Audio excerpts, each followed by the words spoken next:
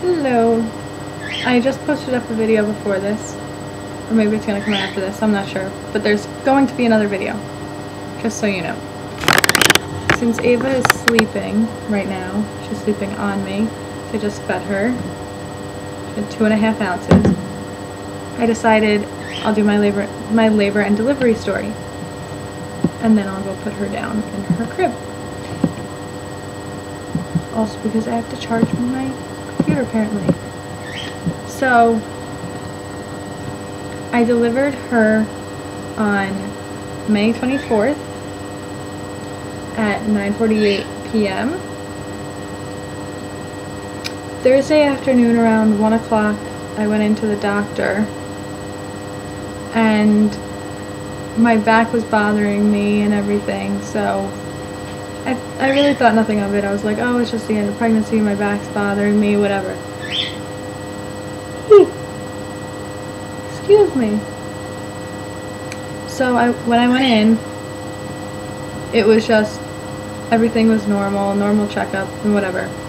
Then I was sitting there for a little bit in the waiting room and my back started hurting more and more.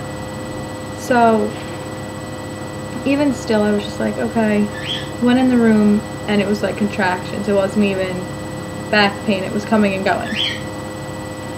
So, and it was causing me to lose some sleep. Oh, I just popped my ear. Because I couldn't get comfortable and everything.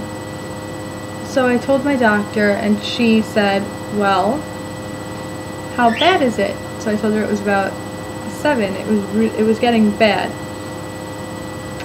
And I felt like I couldn't do anything. Excuse me, I can't stop yawning. So I said it to her and she asked me if I was ready. I said yes, I'm ready to have a baby. I've waited this long. I'm ready. So then after that, she said, do you want to have her? And I said yes. So she said she was going to send me into the hospital and have them see what was going on and then break my water.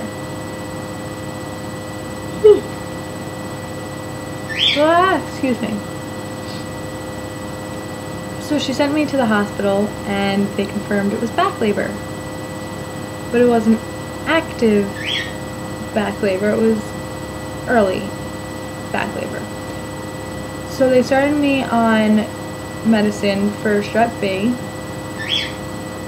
and they were monitoring me, and the contractions were 5 minutes apart. So they had me walk around so that I could get the medicine. I am so sorry.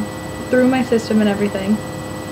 So I was walking around for a good 20 minutes to a half hour, and then the nurse came back out and got me and took me back in. From there I waited about,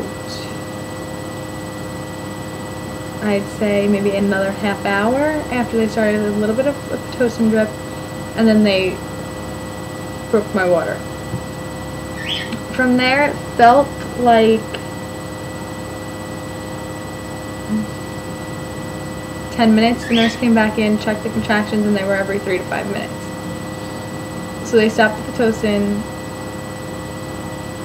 but when they broke my water, they stopped the Pitocin, and then they kept checking it and everything, and they saw that just from breaking my water, I was in active labor, like that. So after that, I'm not really sure how long it was, but I got an epidural. And when they checked me, I was almost fully dilated. So I sat through a good portion of the pain, and then, okay, I don't know what just happened, I'm sorry. So I sat through a good portion of the pain, and I decided I couldn't do it anymore and got an epidural. I'm not sure how long it was after the epidural, but God bless you. At 8, I know that. I don't know what time I got the epidural, but it felt like it wasn't even an hour and I felt pressure. But the doctor described it as pressure, like you had to poop really bad. And I was only feeling it in the front, so I was like, okay, it's not time for me to push, I'm not ready, whatever. 5 minutes after she walks out of the room, I start feeling like I have to poop really bad. And I was holding it back, and it hurt. I didn't press the epidural button again. I did once to try and get rid of it, and nothing happened. So I was like, okay, maybe it just needs time to kick in. It never kicked in. Next thing I knew, it was time for me to push. So I started pushing at 8:45, and my doctor was in a different room with someone else.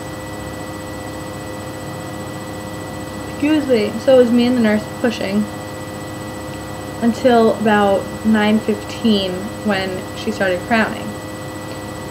From there, it took a half hour and to push her out. I did a lot of pushing, hard pushing. And the muscle in between my vagina and my anus had tore because it didn't have enough time to stretch.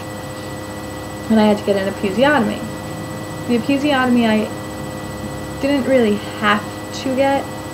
I decided just do it because she said her head's right there. If I cut you, she'll be out. So I just decided, I said, then do it because I want her out. So she did that, and then a few pushes later and she was born. I don't regret getting an episiotomy or anything. The pain now, I don't feel where she did the episiotomy. I feel it more on the outside. So it's not terrible. It's pain, but it's not terrible. Like sitting down hurts sometimes. But I honestly consider myself pretty lucky because I went into the hospital at 2 and delivered at 9:48 p.m.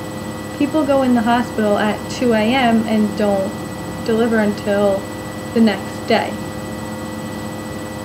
So I think I was pretty lucky with that. And do I wish I didn't feel as much of the pressure and everything? Of course. Everyone does. But it just made it more real for me, I think. So I think I'm good with what happened. I'm happy, and I think that's all that matters. And she's here now, and she's happy and pretty healthy, except for the jaundice, which can go away. So I'd say I'm extremely happy with my birthing, my labor, my delivery, and everything like that. I want to show you guys her. She has a full head of hair. Oh, she doesn't like that I moved her. I'm sorry the quality is not the best. My good camera's in my room. I've been taking so many pictures that it's starting to die. So, I hope you guys liked this video, and I hope it was informative to you guys a little bit. And if you have any questions, you can leave them in the comments, and I'll be sure to answer them. Thank you guys again for watching this video. Bye.